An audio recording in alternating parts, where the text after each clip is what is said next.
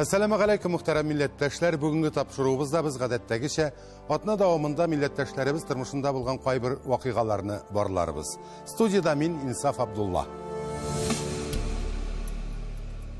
Россия төбәкләрендә татар милли мәдәни мөхтәриятләренең саны ел сайын арта.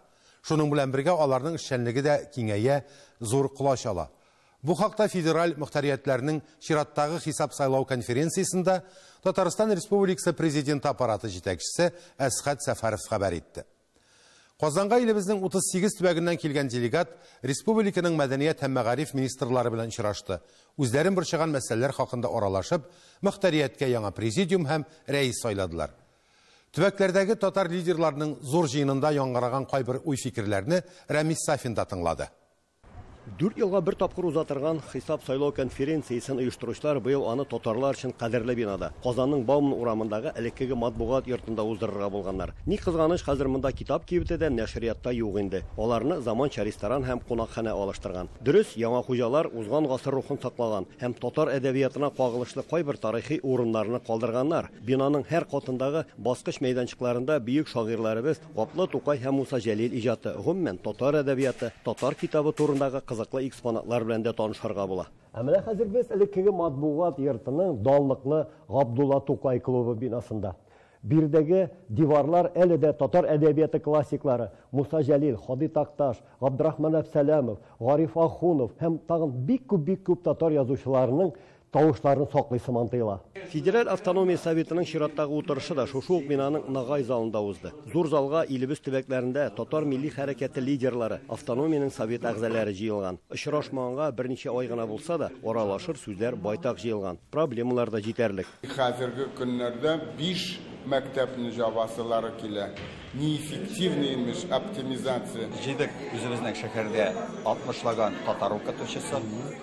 Аларны татар телен беләме, белмәме, барыбер татар җанны бит инде безнең. Алар үзләрен татар кешесе дип саный.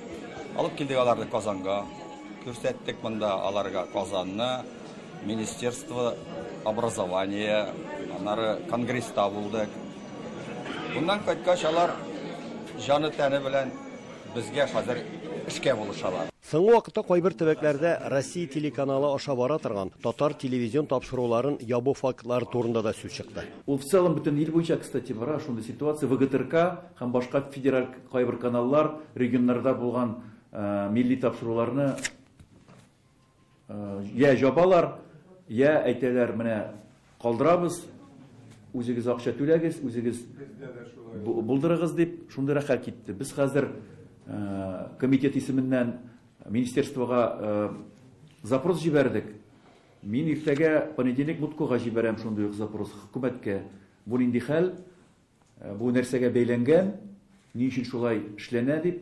Нәрсә ВГТРК безнең шуның кадәр ярлымы хәзер? Кайдадыр татар тапшырулары ябылса, Иванов өлкәсендә киресенчә ашарга йөриләр. Килде директор Ивановского общественного телевидения, который создано недавно Иванова өлкәсендә. И он предложил безгә бер сәгать бушлай передача атнасына бер сәгать татар телендә. Быел төбәкләрдә узачак күп чаралар Татарстанның 100 еллыгына әзерлек уңаеннан милләт тарихына, аның шәхесләренә багышланган. Санкт-Петербургта шундый рәсемче бар иде. Майоров дигән Игорь Майоров 100 еллыгына Тукайның туына ул 100 портрет ясап калдырган. Менә без шуны белеп, хәзер бездә анда частный коллекционер бар. Шул портретларның 18-е табылды. Менә ул портретларны инде бик зур теләп Казанда күрсәтергә. 12 апрельдә хатын-кызларның 3нче җыены булачак. Анда инде хатын-кызлар җыелып, аралашып, фикерләр белән бүлешеп, аннан соң Вишгар бөтә конкурсында дәвам итәбез. Рәзән төбәге татарлары исә быел җәен Сөембикә ханбикәгә һәйкәл куярга ниятләп йөриләр. Сейчас мы занимаемся с проектом благоустройства территории сквера имени казанской столицы Сөембикә. Осталось только поставить памятник. А сквер, Алла бирса, уже в этом году, в июле месяце, августе он уже будет. Самар өлкәсендә 10 елга якын Мирас халык иҗаты фестивале уза. Быел ул халыкара статуска ия булган. Приглашаем без жюриганда и Казаннан, Китайдан, даже международный, значит, Франциядан так килергә тиешләр, Финляндиядан, значит, жюрига. И вот онда инде безнеке, без кайдыр көтәбез инде бер 400 участникларга. Мәгълүм булганча, Татарстан хөкүмәте моннан 7 ел элек Россия төбәкләрендә эшләүче автономияләргә 5 миллион сум күләмендә грантлар конкурсы игълан иткән иде. Узган ел автономия рәисе Илдар Гыйлметдинов үтенече буенча президент аның күләмен 10 миллион сумга күтәрде. Ул акчага төбәкләр һәр төрле чаралар уздыралар, милли киемнәр тектерәләр, китаплар чыгаралар. Узган ел шул акчага Ульяновскида легендар шагыйрь Гакил Сагыйровның "Шатланам мин җырлар булып калума" дигән китабы чыккан. Мәскәү татарлары исә "И туган тел, и матур тел" дигән дәреслек эшләгәннәр. Бу китаптың иң максаты аны гаиләләрдә кулланырга мөмкинчелек булсын өчен. Икенче көнне федераль автономиянең хисап сайлау утырышы Татарстанның мәдәният министрлыгында дәвам итте. Утырыш эшендә Татарстан президенты аппараты җитәкчесе Әсгать Сафаровның министрларның да катнашуы республика җитәкчелегенең читтә яшәүче татарлар язмышына битараф булмауы хакында сөйли. Чөнки татарларның бары тик 30% гына Татарстанда яши, 70% башка төбәкләрдә һәм чит илләрдә гомер итә. Бүген аларда да телне саклау иң зур проблемалардан санала. Шуңа күрә автономия рәисе һәр вакыттагыча күпләрне борчыган байтак проблемалар белән бергә төбәкләрдә татар мәктәпләре ачу мәсьәләсендә читләтеп узмады. Әгәр дә сез уйсыз икән, җиңел генә мәктәп ачарга дип, татарча укытады дип, олай гына барып чыкмый. Үзегез күрәсез, менә мин төмән мәктәпләре буенча 12-13. Менә Дмитровград, Ульяновскида эшләп килә. Самарда яктылык мәктәбе, Саратовта мәктәпләр бар. Нәрсә хисабын алдыралар, барыгыз да беләсез. Рус теле, математика фәннәре буенча башка шәһәрдәге башка мәктәпләргә караганда хәтта күрсәткечләре югары. 4 елга бер тапкыр узатырган конференциядә яңа рәис һәм башкарма комитет та сайланды. Делегатлар бу мөһим эшне бер тавыштан кабат Илдар Гыйлметдиновка ышанып тапшырдылар. Казаннан Рамис Сафин, татарлар. Хәзер без сезне Тукай районы Иске Абдул авылына алып барырбыз. Без бәхет утравында яшибез ди аның халкы. Авылның уңган булган кешеләре бүгенге сюжет геройлары булырга хаклы. Зур, төзек, матур саланы күрүгә чыннан да бәхет утравы дисең. Аягында нык басып торучы авыл бу. Күмәк хуҗалык эшләп тора, икмәк пешерү цехлары бар, яшьләр дә туган нигезләрендә калу ягын карый. Халык иҗтимагый эшләрдә актив катнаша, мәдәни тормыш кайнап тора. Хәер, буларның барысында алдагы сюжеттан күрерсез.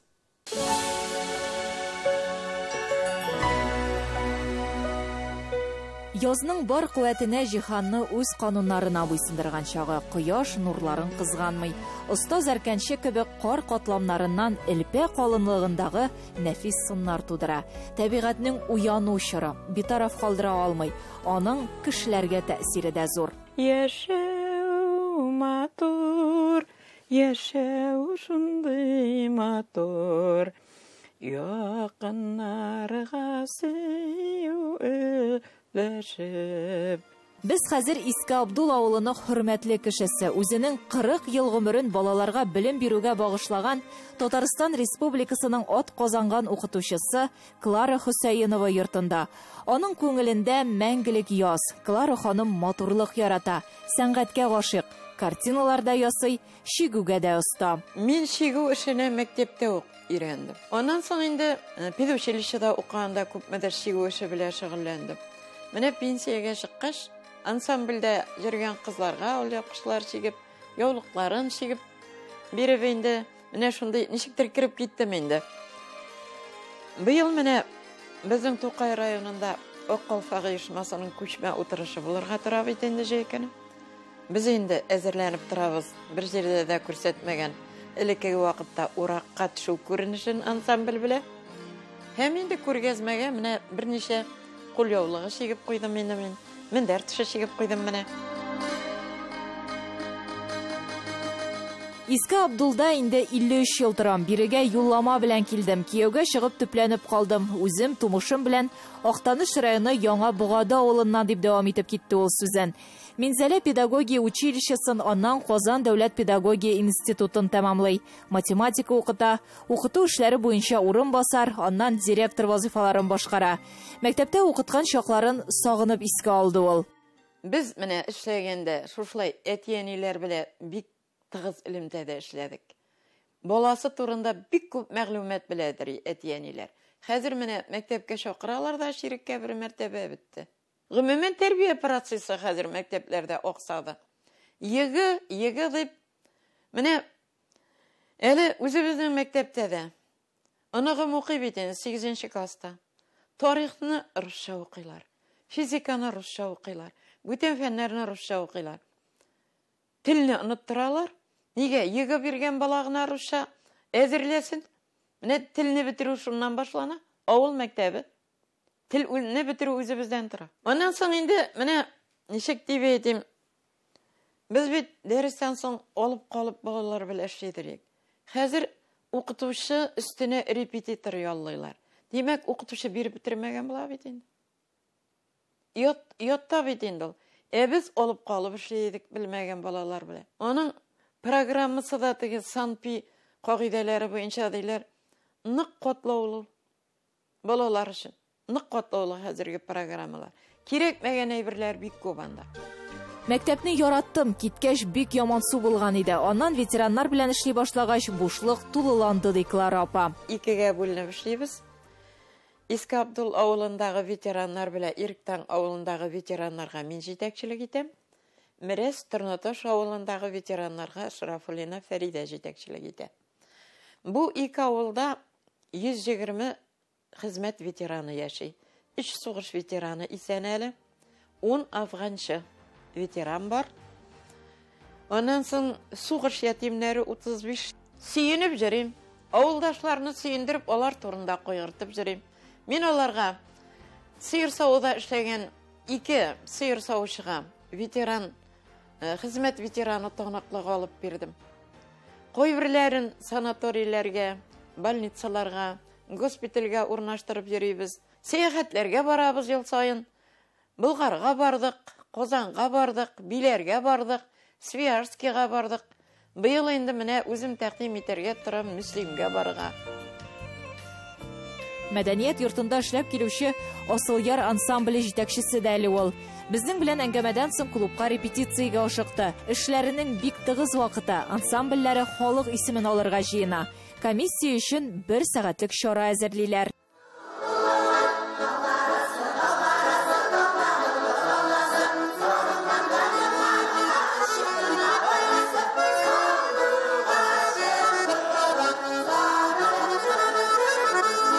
Асылъяр ансамбле 2012 елда оеша. 12 кеше йөри, 2 гармунчылары бар, уңышлары да күп. Казанда түгәрәк уенда катнаштык. 2 тапкыр безнең ансамбль Азнакайда Шатыртауда булды. Свердловскида 2 ел рәттән Сабантуй үткәрүдә катнашты ансамбль. 2 ел рәттән Сарапулда Сабантуй үткәрүдә катнашты. Аннан соң без Свердловский өлкәсе Ракай авылында региональ фольклор фестивалендә катнаштык. Бу уңышларының әле бер өлеше генә. Район күләмендә узучы чараларның да үзәгендә алар. Ансамбльнең сәнгать җитәкчесе Зөфәр Галләмов бирегә Тукай районының мәдәният бүлегеннән йөри. Әллә кайчан күреп алдым. Ошадылар алар миңа ди ул. Ансамбльнең репертуарын сайлаган вакытта без фольклор ансамбле буларак һәр вакыт халык музыкасына игътибар итәбез. Бөтенләй яңгырамый торган җырларның берсе булды. Ол гарнитур җыры.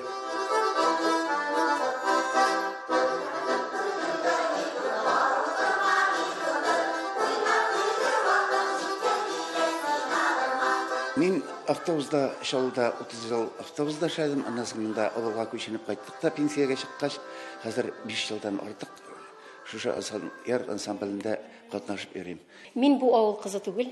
Мин шушы төбәккә караган кичкенә генә Торнаташ дигән авылдан, бик матур гына кичкенә генә авылдан. Менә шуннан ул безгә 6-7 километр, без шуннан атнага 2 тапкыр килеп йөрибез репетициягә. Без менә шушы ансамбльгә килеп, үзебезгә менә рухи азык алып кайтып китәбез. Безгә бик рәхәт ул.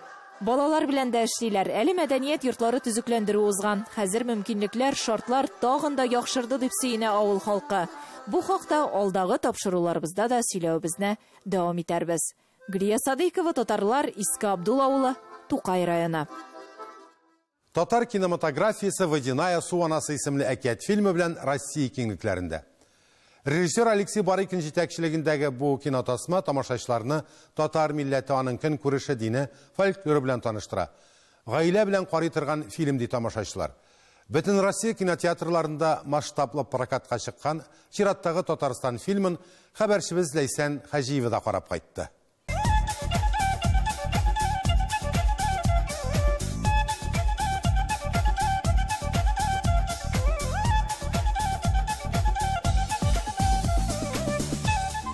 Фильмны Яшел Үзән районы Зур Ачысар авылында төшергәннәр.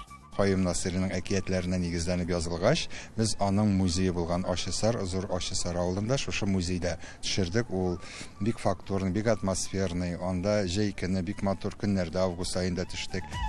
Вот была такая мечта снять фильм по мотивам татарских сказок. Я очень люблю татарские сказки народные. И мы хотели снять вот такой вот фэнтези с волшебными превращениями, с таким напряженным сюжетом. И чтобы этот фильм мог выйти в прокат. Фильмның монтаж вакыты 2 елга якын вакытны алган.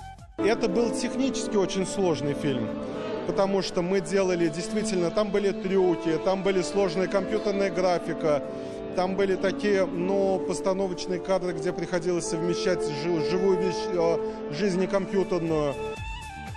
Төп рольләрдә балалар уйнавында төшерү процессына үз авырлыкларын истәгән. Вообще, с одной стороны, было очень круто, что ты будешь сниматься, тебя будут все видеть на больших экранах. Но с другой стороны, все-таки было трудно, потому что это мой первый опыт, и я там ничего не знаю, как все работает. Мы очень много вот этой татарской литературы читали. Мне она просто очень интересная.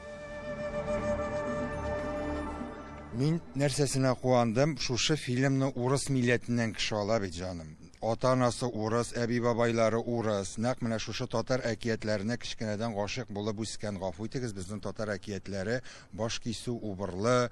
Анда мин үзем дә татар халык әкиятләрен яздырдым. Анда гел ниндидер явызлы, хөкем сыра. Ә менә монда ул аның үзенең лирикасын тапты. Здравствуйте. Фильмның эштән бер өлеше татар телендә булуы да сөендерде. Кинолента татар мәгърифәтчесе Каюм Насыйри белән таныштыра. Шулай ук ислам дине, татар фольклоры турында сөйли. Энциклопедик белем бирә ди артистлар. Мондый форматта әле булганы юк иде. Монда компьютерны да, аннан теге әкият та монда барысы да бар. Бу әлбәттә бу татар милләтен күтәрәчәк, минемчә. Бу бөтен Россиядә менә шул 50 үзегез күз алдыгызга китерегез, 54 шәһәрдә күрсәтелә. Һәм bu Tatar milleti bizning Tatar kinoсын үстерүдә бик яхшы дип уйлыйм мин. Шуңа күрә исламның нәкъ менә ниндидер бер терроризмга бәйләп аңлатыла торган формаларыннан читкә китеп, аның шушындай якты матур ягын күрсәтә. Чөнки бүгенге көндә хәзер без бит ислам дигәч бардык, икенче бер СМИ шараларында гына сурәтләнгән әйберләрне күрәбез. Хәтта бу фильмнарны күрсәткәч, Россиянең башка шәһәрләрендә дә Алексей Барыкин әйтте, алар шаккаттылар ди. Нәҗәле шундый муллалар була, нәҗәле шундый имамнар була дип. Это сонасы. Видена. Кыскача эштәлегенә килсәк, Алина һәм Руслан әниләре Алсу белән аның туган авылына кайталар. Төнлә белән балаларның әниләре юкка чыга һәм аны бөтен авыл белән эзли башлыйлар. Бу образ миңа бик якын, чөнки мин үзем әни, татар әкиятләрне бик яратам. Сонасы иң якын әкият миңа. Фильм шулай ук Казахстанда да күрсәтелә. Это мамина сережка. Лейсин Хаҗиева, Татарлар, Казан. Казанда татар хатын-кызының җәмгыятьтә тоткан урыны хакында фикер алыштылар. Анда катнашучылар Мөхлисә Бубы исемендәге татар хатын-кызлары клубының беренче әгъзалары исемлегенә кертеләчәк. Чара мәгърифәтче, мөгаллимә, ислам дине белгече Мөхлисә Бубының 150 еллыгына багышлана. Гомумән мондый очрашулар Казан кооператив институтының татар мәдәнияте үзәгендә даими рәвештә узачак дип җиткерә оештыручылар. Вакыйга урыныннан Динара Хабибуллина. Татар дөньясы өчен әһәмиятле булган үзенчәлекле экспонатлар, бөек татар шәхесләре сурәтләре тупланган альбом. Булар барысы да Россия кооперация университетының Казан кооператив институтында. Бүген милли рухтагы түгәрәк өстәл җыелышында алар тагын бер яңа проектны нигезләделәр. Мөхлисә Бубый бөтен дөньяга танылган шәхес, аның эшчәнлеге һәр чак дәвам ителә. Бүген дә телебезне, гореф-гадәтләребезне саклау буенча чыгышлар яңгырый. Татар клубы әгъзалары үзәккә куелган мәсьәләләр буенча үз тәкъдимнәрен җиткерделәр. Мөхлисә Бубый ул татар хатын-кызлары арасында беренче казыя булган. бәлки шуның белән җәлеп иткәндер. Аннан соң аның быел тууына 150 ел. Менә без шуңа күрә аның Мөхлисә Бубый исемен бирергә булдык. Мөхлисә Бубый заманында күтәрелгән шул тел, гореф-гадәтен саклау. Ул бездән соңгы буыннар да шуны сөйләячәк. Мөхлисә Бубый кебек ханымнарның эшчәнлеген үрнәк итеп алып, бүгенге яссылыкка итек 21 гасыр яссылыгына куеп, эш юнәлешләрен алып барырга кирәк. Нинди генә җилләр исә дә. Менә безнең максат бүгенге көндә татар мәдәният үзәгенең шуннан гыйбарәт.